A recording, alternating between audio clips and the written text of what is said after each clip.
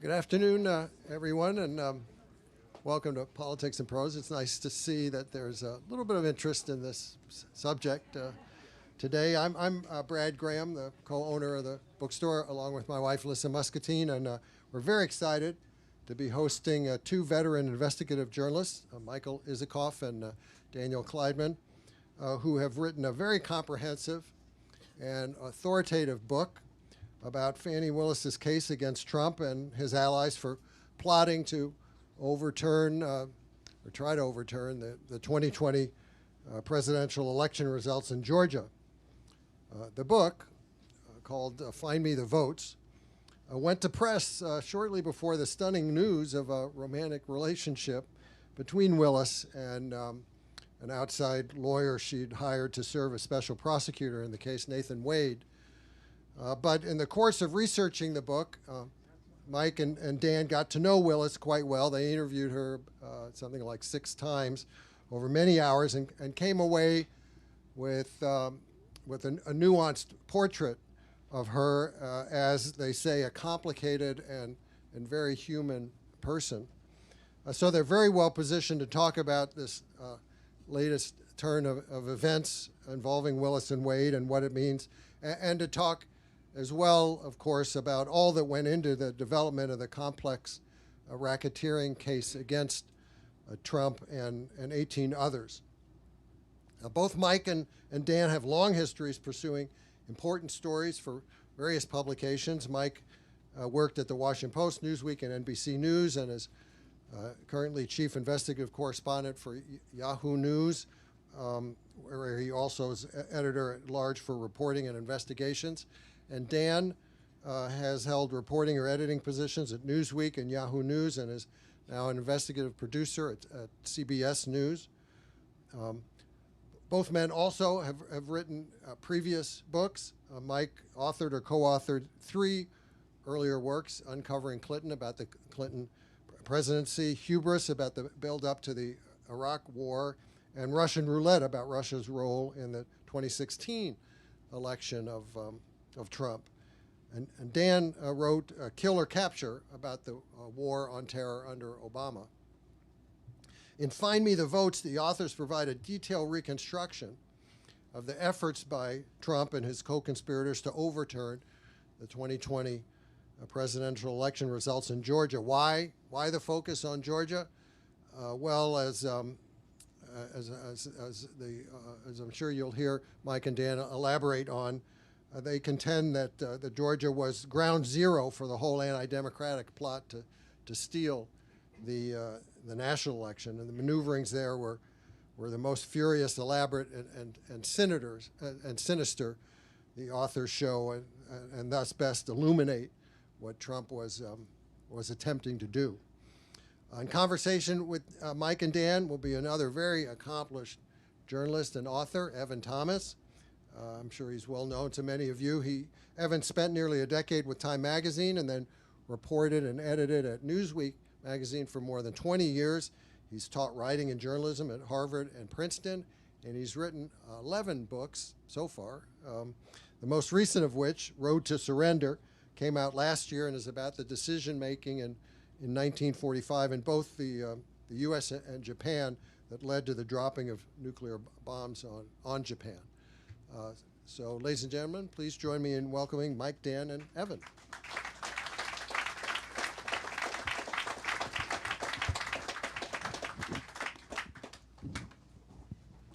Is Politics and Prose the greatest bookstore that there is? Yes.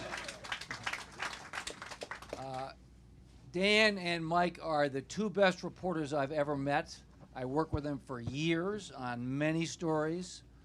We had a lot of fun, a few fights over the years.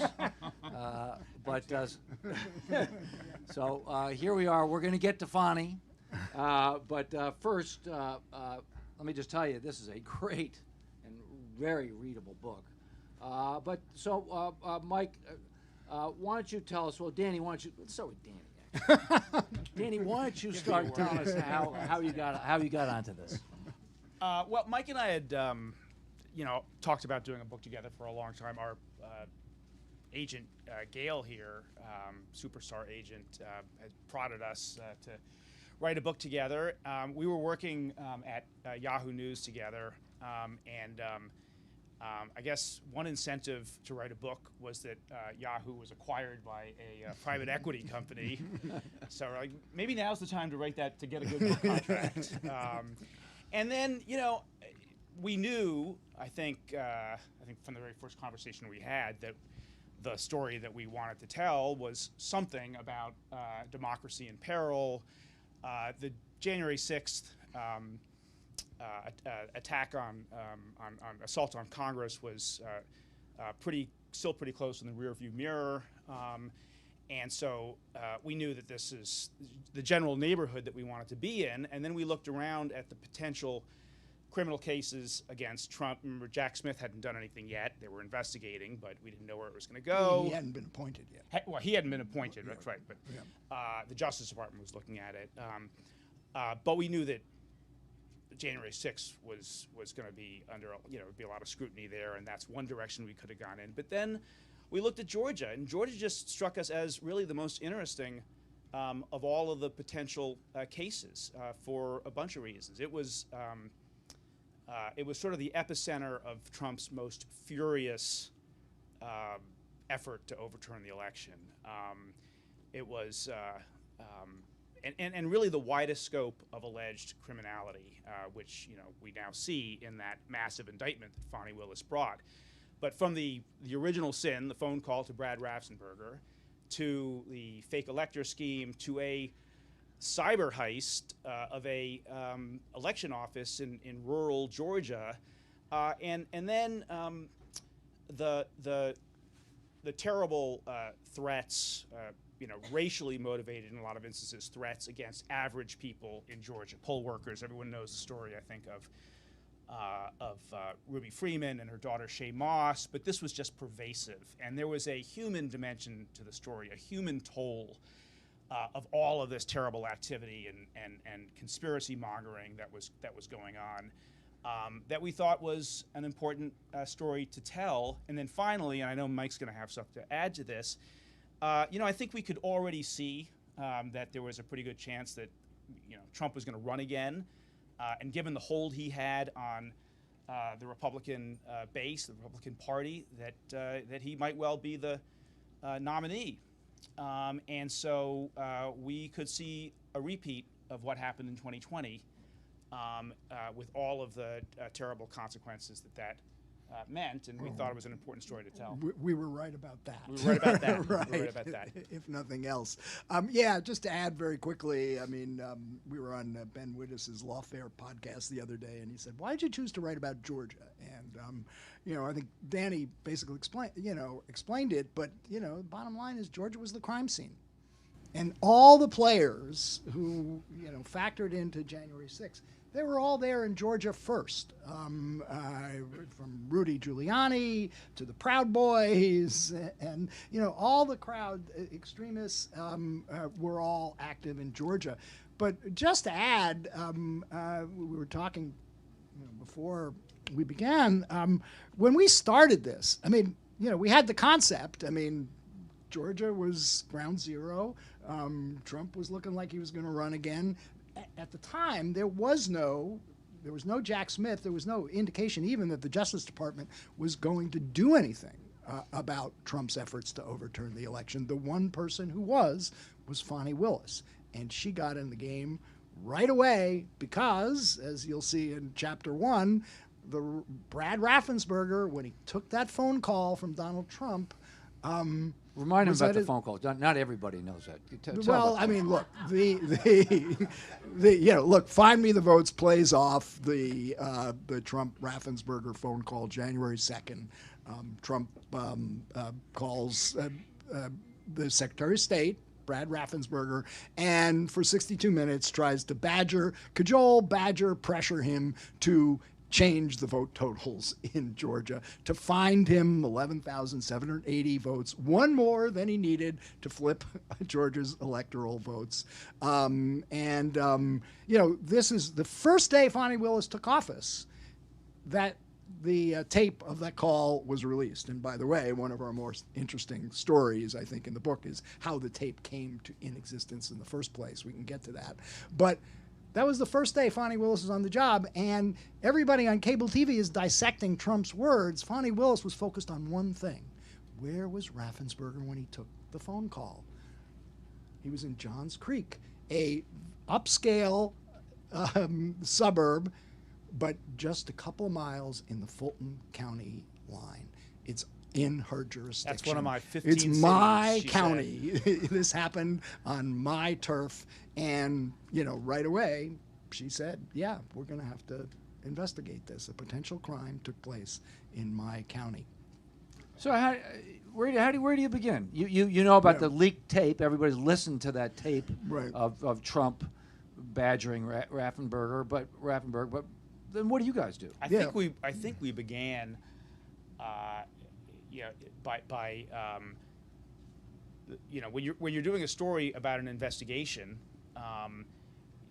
there are people out there who are investigating the story, and so we wanted to, I think, figure out how can we figure out what the investigators were doing. And so I think the first thing we did was try to find if we could get some kind of toehold inside Fani Willis's office, and that was not easy. It was discouraging at first because it was people didn't want to talk, and they certainly didn't want to talk to a couple of investigative reporters who were going to be almost in real time reporting out what they were investigating. Actually, I don't think I've ever really done that before, where in kind of parallel we're investigating the same things that they were investigating, and learned some things that they didn't learn. I should point out that when we started, we had no sources in Georgia at all. But this is the joy of reporting. We literally had to go down there time and time again and, start from scratch, developing sources. Because we always wanted the story to be, and the book to be, more than just the story of the investigation, right? It was, the whole milieu in Georgia that produced all the players, and there were a lot of colorful players, a lot of people. And we wanted one thing we, I think, realized from the beginning was that one of the important themes in this book was going to be race. That was going to be a really essential element, because at the end of the day, and this is the way Fani Willis frames it, but she's right, this was a voting rights case, or a voter suppression case. It was an effort to deprive millions and millions of people in Georgia of the vote, black and white. Fulton County, by the way, is majority black, and so these issues really resonated. And of course, Georgia, with its history, 100 years of Jim Crow, where black people were deprived of the vote. That was a really important element. And so when we started, Georgia, we knew that Georgia and Atlanta were going to be characters in this book. We were doing this book against the backdrop of all of that history. And in fact, I think the first, when you're writing a book, you always think about models. You always think about other books that can provide inspiration. And the first book we talked about, and I reread, was Midnight in the Garden of Good and Evil, because of all the wonderful characters and some of those themes. And we didn't have any trans characters, though. We did not. We did not. No. But we looked. But we didn't find it. At one point, we were walking down the street in Atlanta, and we had already learned about we'd been talking to defense lawyers, we'd learned about some of the colorful criminal cases down there, and I remember Mike saying, this book could end up being a cross between Midnight in the Garden of Good and Evil and Gone with the Wind. and Gone with the Wind. We had grandiose thoughts. Yeah. So, but I wanted the movie that would open up at the big theater in Atlanta, that's right. and everybody's there. Yeah. So the prosecutor's not supposed to talk to you. How do you get her to talk to you? Well, as Danny said, it wasn't easy. We spent a lot of time trying to, get in the door, and she gave interviews. Almost all the interviews, we approached her for was about her, and we weren't stupid enough to like start asking about the mechanics of the case because we knew she couldn't talk to us about that. But look, she is a fascinating character. She really is. Her history is her background. I mean, she's, as we write in the book, literally a daughter of the civil rights movement. Her father, who raised her, was a civil rights activist who became a Black Panther. In fact, he founded the Black Panther Party of Los Angeles. And, talk about romantic relationships. He lived for at least 6 months with one of the other Central Committee members of the Black Panther Party of Los Angeles, Angela Davis. That was something, and actually Angela Davis even confirmed this to us in a email as the book was wrapping up. But he was throughout the South. He was security for Huey Newton. He got arrested, and he was quite the activist. And then finally, sort of over time, shed some of his black nationalist views and became quite mainstream. He ended up working for Tom Bradley, the first black mayor of Los Angeles. But he moved to Washington, D.C., raised her here. He was an administrative law judge, and she, she went to Howard, Emory Law School, was a standout there, won a national moot court championship, gets a job with the Fulton County DA's office, and she is the star litigator in that office for years. I mean, she started out as a homicide prosecutor, and after too long, they used to tell young lawyers in the Fulton County DA's office, you want to see how to do a homicide case, go watch Fani Willis do it. She racked up, multiple convictions for murders, rapes, and all. And then she does the biggest, most sophisticated RICO case in the history of Georgia, which was the Atlanta public school teachers case, which was quite controversial by the way, particularly in the black community, because almost all the defendants were black school teachers and administrators, and this caused quite a ruckus, but she was determined. She was convinced herself, as we write, that the real victims here were the kids, and she brought the case. She won the case, then she runs to unseat her boss, who had been her patron for years, Paul Howard, after he gets involved in a number of questionable activities. But just one thing I should add on this. Fani Willis is not the prosecutor a lot of liberals would like her to be. She's no progressive prosecutor. In fact, she's the opposite. And when the George Soros organization went down when she was running for DA to grill her about her views, she immediately made it clear she was, even with potential millions of dollars in campaign contributions on the line, she was not going to say what they wanted her to say. Yes, she would use the death penalty if it was necessary. No, she was not going to apologize for Atlanta public school teachers case. And she knew that was going to cost her. She didn't care. She never got a dime of George Soros's money. One other story from that DA's race that's interesting. She got endorsed by the police union. This is in the summer of George Floyd, and the Atlanta police union is endorsing her because she was the crime fighter. And she had backing from a big, wealthy Republican activist in Buckhead, Mary Norwood, and Norwood, and T.I., who's a big rap guy, Grammy Award winning, and a political power broker in Atlanta, goes to her during the election and says, look, I want to back you, but not with you getting support from the police union and Mary Norwood. You renounce their endorsements, give back their money, and I'll make you whole. I'll make up for all the money that you're going to lose. And she said, no way. They're members of my community, and I'm not going to renounce their support. T.I. gets up and walks out of the meeting. By the way, she's no right winger. I mean, she's a liberal Democrat, and she believes in some aspects of criminal justice reform, but she's kind of a traditional prosecutor in the way that we used to see, big city prosecutors all over the country, whether they were Democrats or Republicans. We'll come back to Fani, but let's talk for a second about the other side. How do you get this unbelievable cast of characters in this book out of a movie?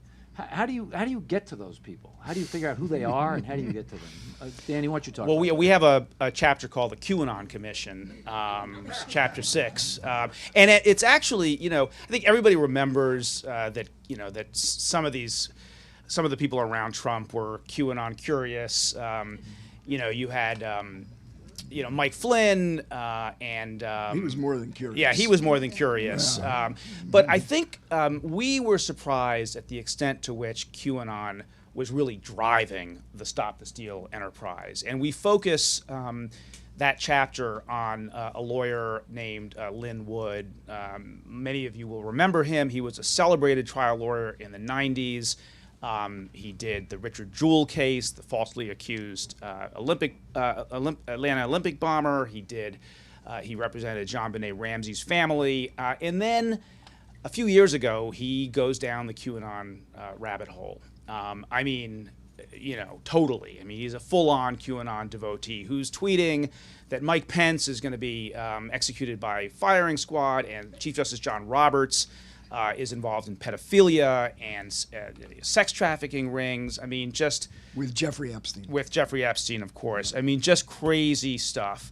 And we sort of, I was fascinated by that, and by the fact that this, kind of guy who is having a major kind of crack up is invited into the inner sanctum of the Trump legal battle in Georgia. He's the face of the Trump legal battle down there by Don Trump Jr.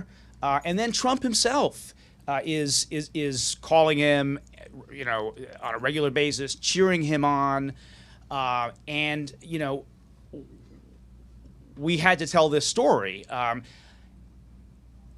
Lin Wood has a plantation called Tomotley in the low country of South Carolina, and that is where in a couple of weeks after the election, Sidney Powell, Mike Flynn, some of the financial Patrick Byrne, the financial backers of all of this, they fly in there, and in this Civil War era plantation, they are planning basically the sort of the coup. They're vetting all of these what they call evidence and tips, which are just all crazy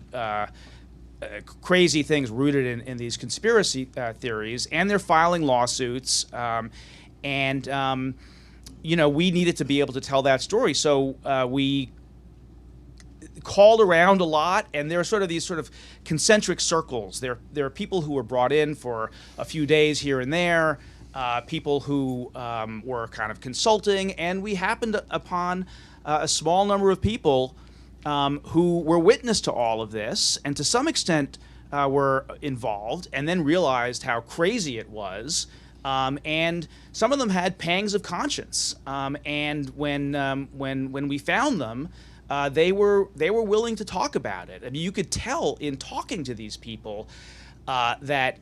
One of them said to me at one point, how in the world did I get myself into this?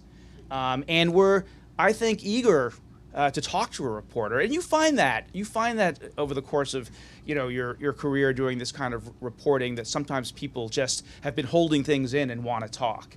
And that's what happened to some extent in this case. I think just to put a buttonhole on this, I think we write in the book that what happened in Georgia was both more sinister and crazier than anybody imagined. And the QAnon stuff in Tomotley is the crazier part, because if you read that chapter, it was truly bonkers what these people were doing. I can never tell whether these guys believe it. Well, there's an email, actually, which we have, which is pretty illuminating, and it's Lin Wood to Sidney Powell. November 11th. In which she basically says, we got data, but you're not going to need it. We just have to look like we're doing litigation. He gave away the store there. Yeah, these were not serious lawsuits. They were just...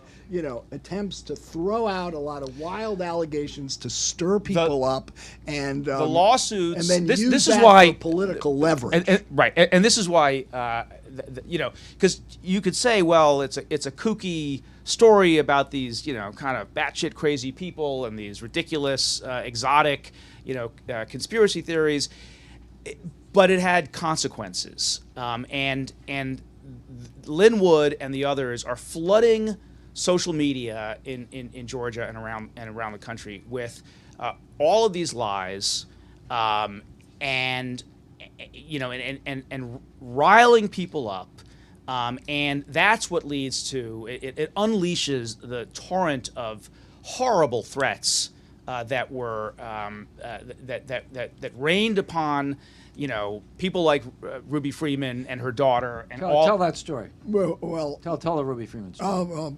I'll tell that in a second, but just to wrap this up one more time, these people the sources that we developed on this actually had the receipts. They had videos, they had audios, they had text messages, mail, and we got them. And, you know, one of the things you discover is Trump is down there talking to these people all the time. I mean, we got the tape of him calling Lynn Wood and Sidney Powell. Go get him, he dead. says. Go get him, knock him It dead. was the day of December 2nd, they were in Atlanta, and they were doing what they called the Jericho March, which was a rally to get people to surround Governor Kemp's mansion and blow horns until he declares a special session of the state legislature. That was the thing. Ruby Freeman and Shay Moss, you know, one of the more poignant stories of this whole affair. I mean, these two African-American election workers, mother and son. Mother and daughter, thank you, of course, doing their job election night, and all of a sudden, Rudy Giuliani is going before the Georgia legislature playing a sliced and diced edited video that suggests they were doing all sorts of ballot stuffing, bringing out suitcases of Biden ballots after everybody was ordered to leave, and then stuffing them through the vote scanners time and time again. The important thing to know is, first, this was debunked immediately by the Georgia Bureau of Investigation and the FBI and the U.S. Attorney's Office. In fact, you know, what happened as soon as this hit the news, everybody was freaking out. Oh my God, is there, you know, did something happen here? Bill Barr, then the Attorney General, who had just publicly said there was no evidence of voter fraud, then sees this, calls down to the U.S. Attorney in Atlanta, B.J. Pack, and says, you need to investigate this right away. I need to know if there's anything to it. The FBI is sent in with the GBI, the Georgia Bureau of Investigation, and within days they report back, this is all bogus. There's absolutely nothing to it. They went through the whole video. They interviewed all the players. Everything that was asserted by Rudy Giuliani and a number of others at that Georgia legislative meeting was false. And this was reported back all the way up the chain. Didn't matter.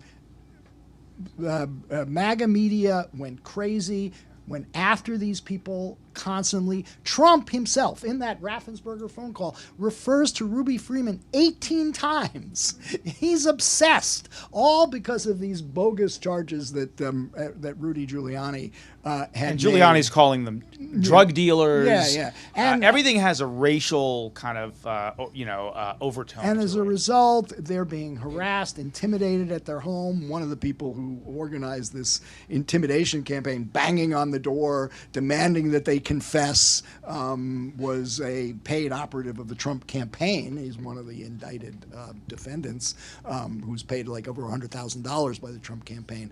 So, and Ruby Freeman had to leave her house. I mean, for 2 months at the FBI's recommendation, just like go someplace else. You got to get out of here. Shay Moss had to change her appearance, and it led to what I think is like one of the most, terrifying words ever said to a congressional committee when Ruby Freeman testified before the January 6th committee.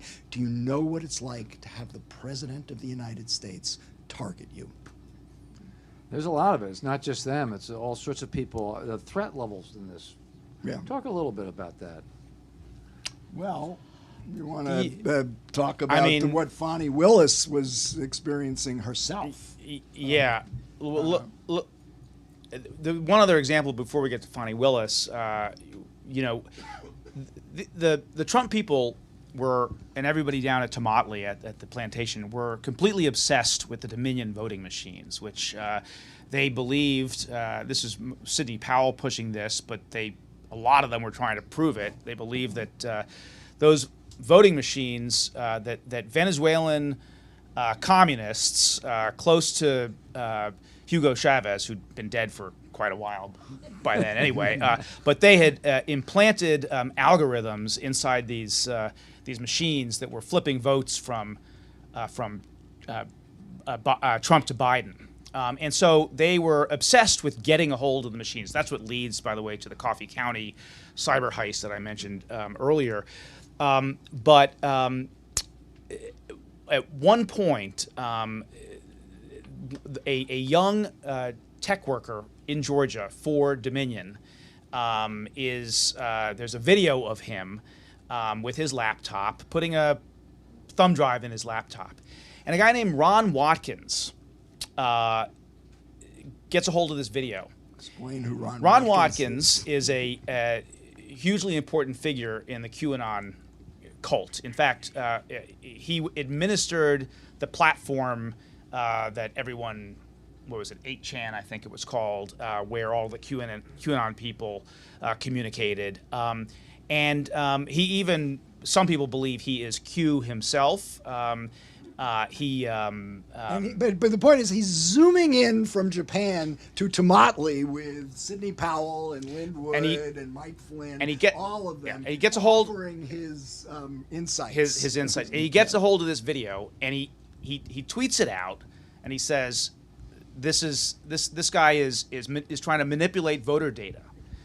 This is evidence of the fraud that's taking place. Total nonsense."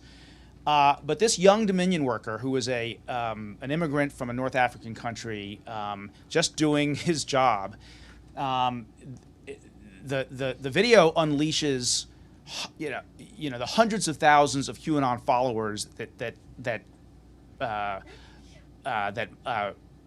Ron Watkins has, and they start doxing him online and putting all of his information out there, and he's these horrible threats. I mean, these unbelievably violent threats rain down upon him. The GIF with the noose. There's a GIF with a noose by his house that's all over social media. It's just relentless, and to this day, we understand this poor guy is suffering the effects of PTSD from this experience. And many of you, maybe all of you in this room, will remember a kind of inflection point in all of this after the election. Gabriel Sterling, who was the chief of operations inside the Secretary of State's office in Georgia, he's had it. He hears about what happened to this young tech worker. He goes down to he goes out to the hallway in the Georgia State Capitol, and he gives this press conference, this kind of iconic now press conference, in which he castigates the president for all of the conspiracy mongering. And at the end of it, he says, Mr. President, someone is going to get killed. And says prophetically. Let me pick up on that and get to the threats to Fani Willis herself, because in a way, there's kind of a parallel. She's investigating all these threats to people like Ruby Freeman and Shay Moss and this young kid. But once she starts, Trump starts riling up his folks. He calls her a racist, a Marxist, a radical, and then she starts getting a torrent of threats that escalate over time. She has to move out of her house. She's given a Kevlar bulletproof vest to wear when she's out in public, as are members of her team. And as they get closer to the indictment, those threats get more and more harrowing. And, we open the book with this phone call she gets on her personal cell phone a few days before the indictment, digitally disguised voice talking about how she's going to get raped and killed and murdered using the N-word, and then the digitally disguised voice brings up her daughters, cites their name, cites where they live, and that's, that spooked her. The other stuff, she insists, did not. But when they brought up her daughters, and then, just before the indictment, this is in August, as they're getting ready to announce the indictment, they pick up on a MAGA website an assassination threat. The best time to shoot her is when she leaves the building. So she goes out and gives that midnight press conference. We were there along with the rest of the press corps waiting. This is the big news, the conspiracy case against Donald Trump. She goes back after that press conference, goes back to her office, takes off her business suit, a black business suit and pearls, puts on t-shirt, sweats, a baseball cap, and a body double. A body double who resembles Fani Willis, puts on the black business suit and the pearls over a Kevlar bulletproof vest and drives out in an SUV with a number of others. It was a decoy operation. Fani Willis is smuggled out the back door of her office. I mean, just think about that. Think about for a moment, if Merrick Garland or Jack Smith had to get smuggled out the back of their office because of assassination threats, and what a huge story that would be. But that was the reality. You wonder why moderate congressmen don't stand up to Trump. Yeah. Yeah. Well, that's an important point. One of the things that we saw was it wasn't just the sort of principals, the office holders, or the election workers who were being threatened. It was their children, it was their parents, it was their brothers and sisters, their families,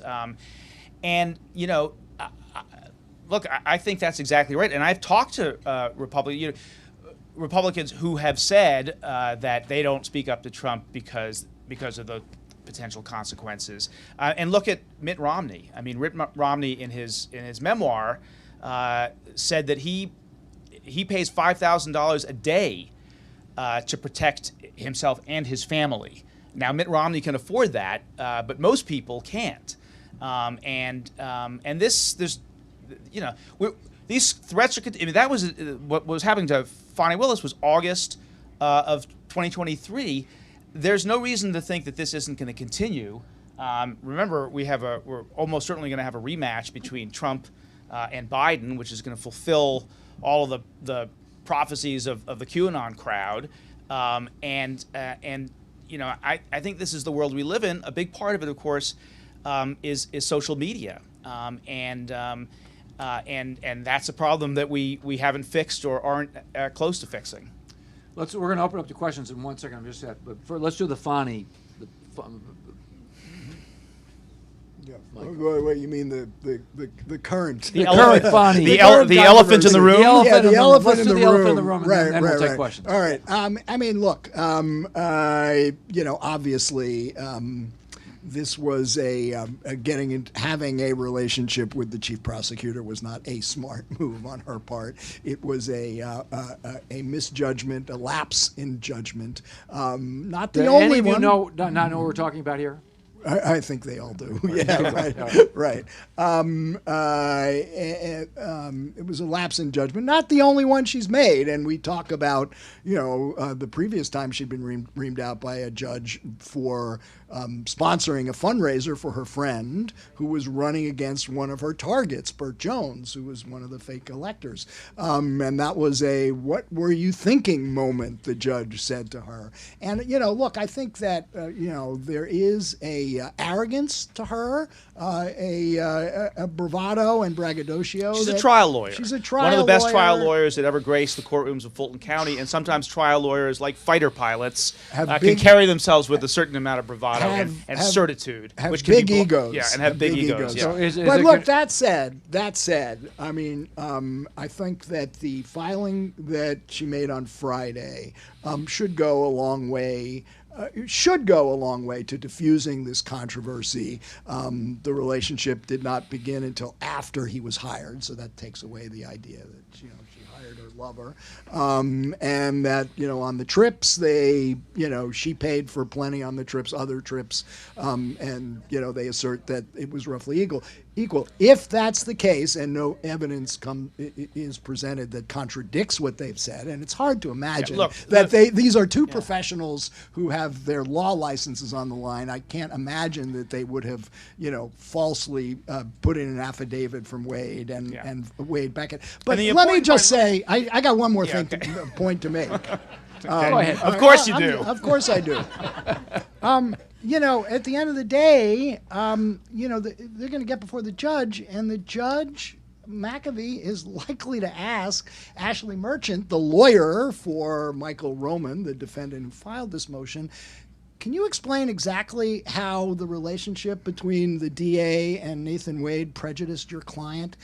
And I have no idea how she could possibly answer that, because there simply is no evidence that it prejudiced their client. No violation of any constitutional rights. No prejudice just involved very quickly in the to case. follow up on what Mike's saying. Look, at the end of the day, the judge has to make a decision as to whether to grant the motion, i.e. disqualify Fani Willis and her whole team, or dismiss the case.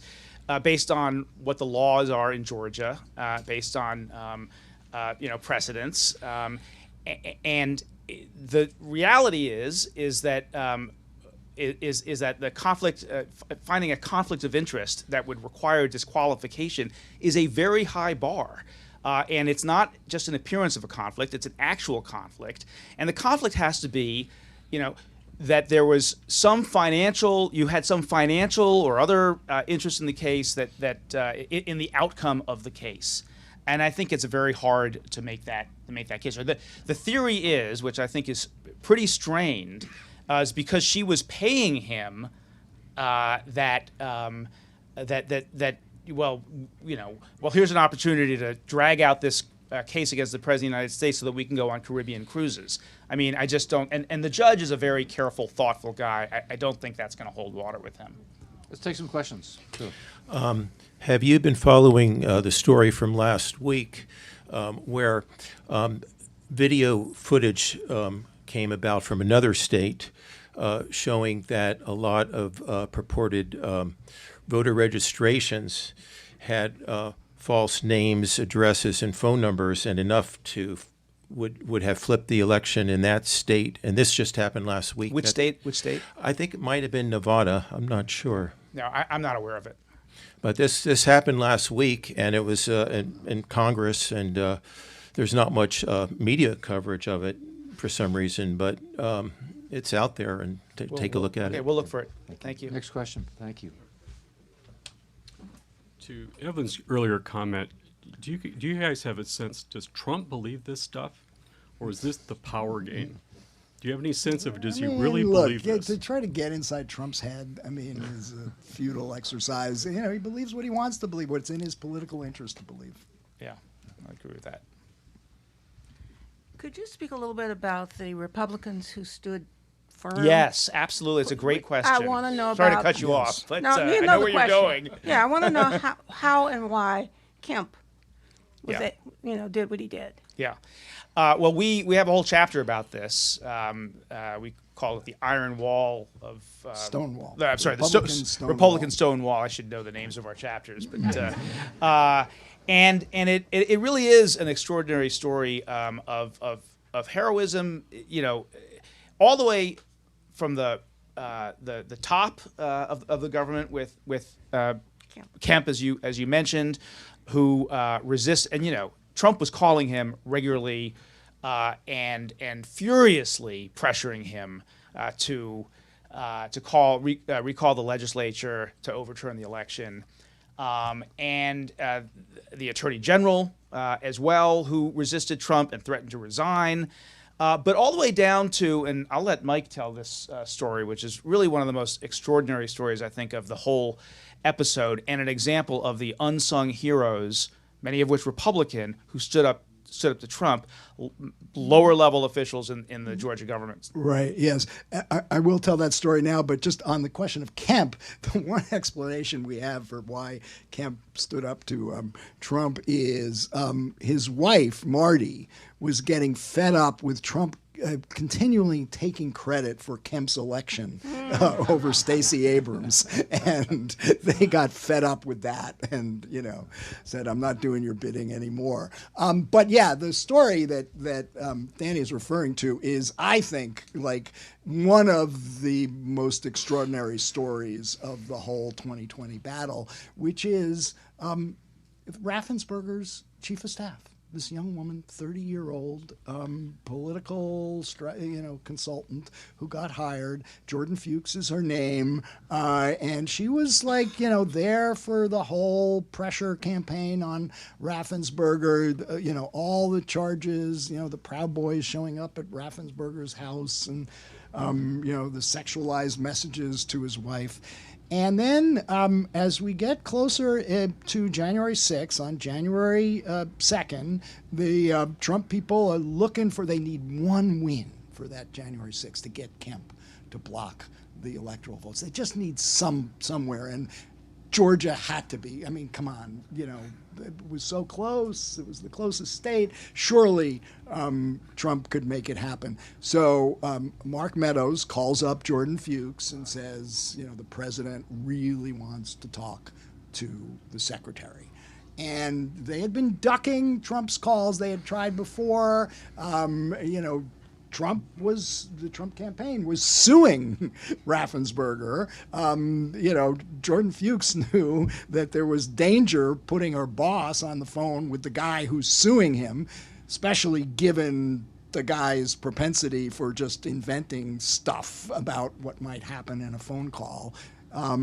And she, on her own, unilaterally, without telling Raffensperger, without telling Meadows, makes this spur-of-the-moment decision. She's going to tape the call. She's on the call, but you don't know it because she muted herself the whole time, and she taped it.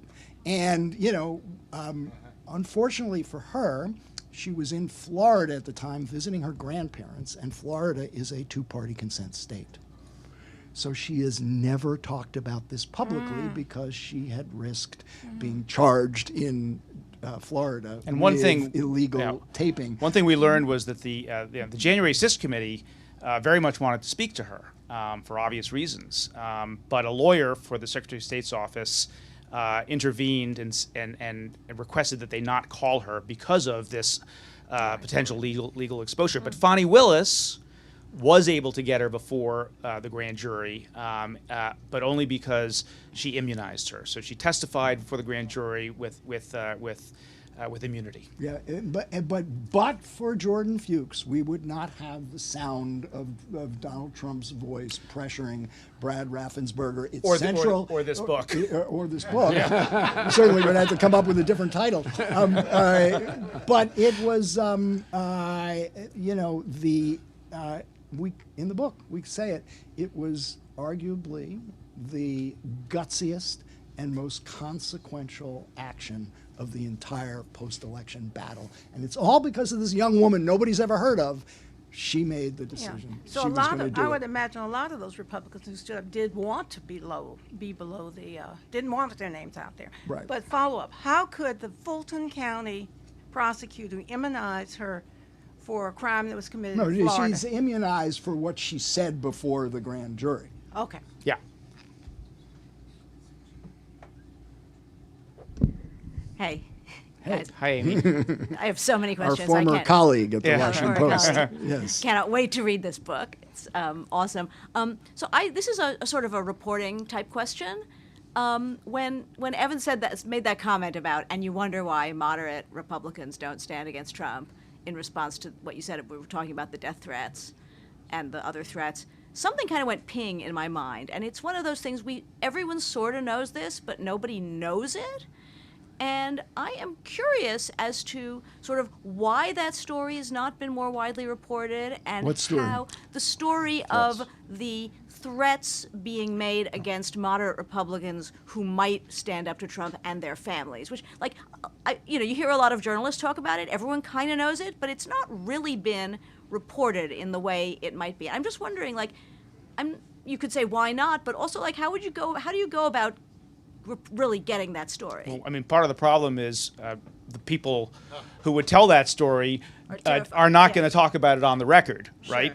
For the same reason that we have this dynamic, right? Exactly. There have been, 20 of them, there have been stories, but I agree with you. I mean, this is it's so pervasive, and sort of anecdotally, I think I have this vague memory, but I could be wrong about this, that the Washington Post had actually done some kind of a survey. You would want to know how many people out there have had these kinds of threats, generated maybe not directly by Trump, but in this climate that he certainly contributed to, and how many of them have had to get security.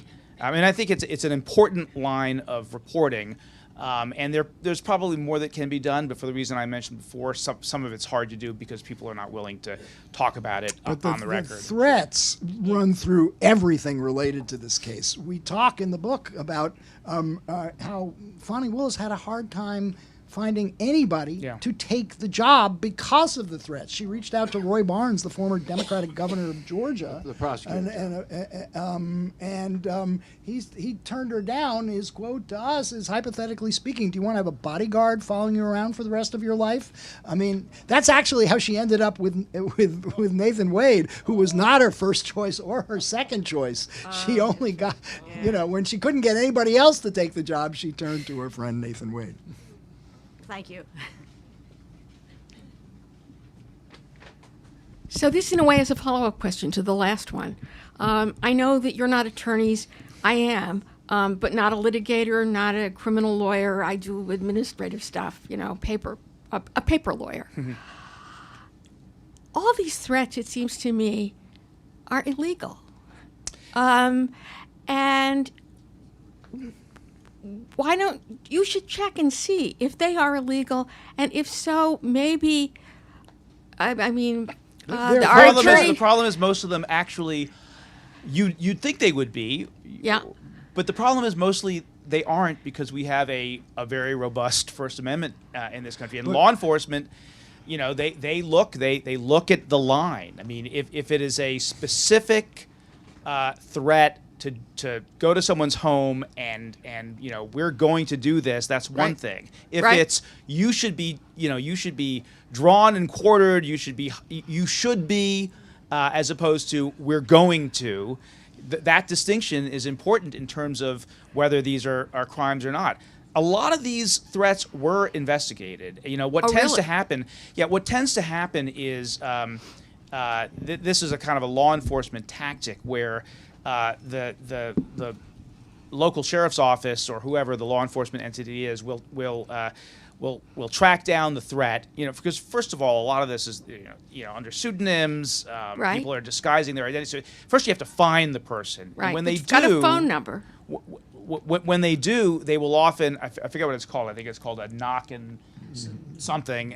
They will show up at the person's home, knock on their door, talk to them, try to assess whether there's actually a crime that can be investigated or prosecuted. And then the idea of it is that once they do that, mostly the people are like, well, I didn't mean anything by it, and I won't do it again, and they're scared because law enforcement has come knocking on their door. But the intimidation of Ruby Freeman is charged in the Georgia indictment. That's right. Yes, there was a number of people who were charged in that.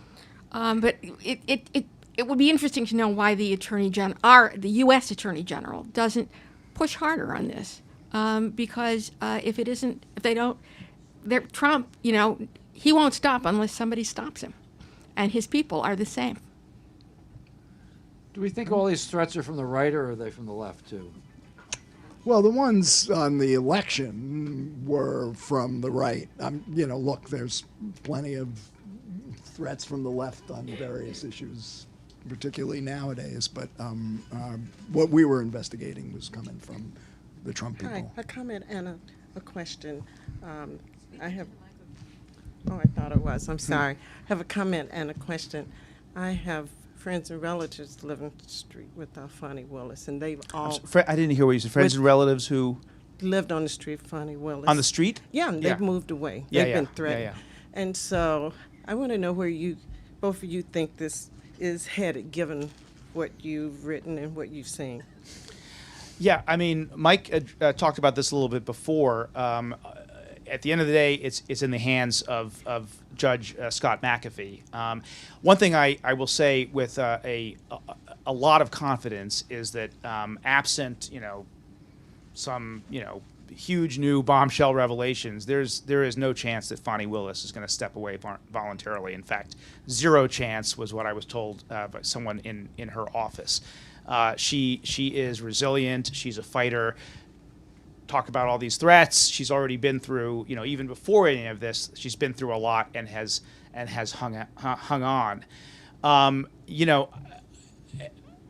think since her office's filing on Friday, which pushed back on a lot of the, not all, because they acknowledge the relationship, but pushed back on a lot of the other allegations, and the legal arguments that they made that why this is not a conflict or doesn't even come close to a conflict that would require her being disqualified. I think there's a pretty good chance that she is going to survive and that the judge will not disqualify her. Judges have a certain amount of discretion, but at the end of the day, they have to sort of root their decisions in the law and in precedent.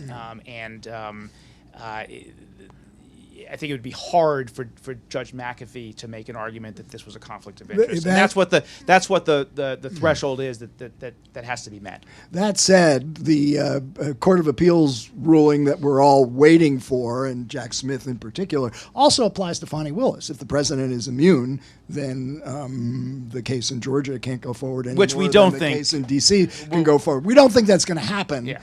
But the Court of Appeals does seem to be taking its Any time. chance of a verdict before November? I think they're going down. It now looks like the one case that might go first, and perhaps the only case, is the Alvin Bragg case, Which is the weakest which case. is the weakest and most trivial of all the cases, and it's but you don't probably think- only going to help Donald Trump. You don't think the Georgia case is going to get a verdict before November? I don't think it's right. I mean, right now, we don't know whether there's going to be a trial anywhere before November. It's possible, but the Court of Appeals has got a rule. Then they appeal to the Supreme Court. How quickly does the Supreme Court rule? It's impossible to say at this point. Judge Chaikin just removed the Jack Smith case from her calendar. It was supposed to start in March, and there's no trial date at this point. On that uncertain note, read the book. Thank you. Right. So copies of the book are available at the checkout desk. Please form a line to the right of the table.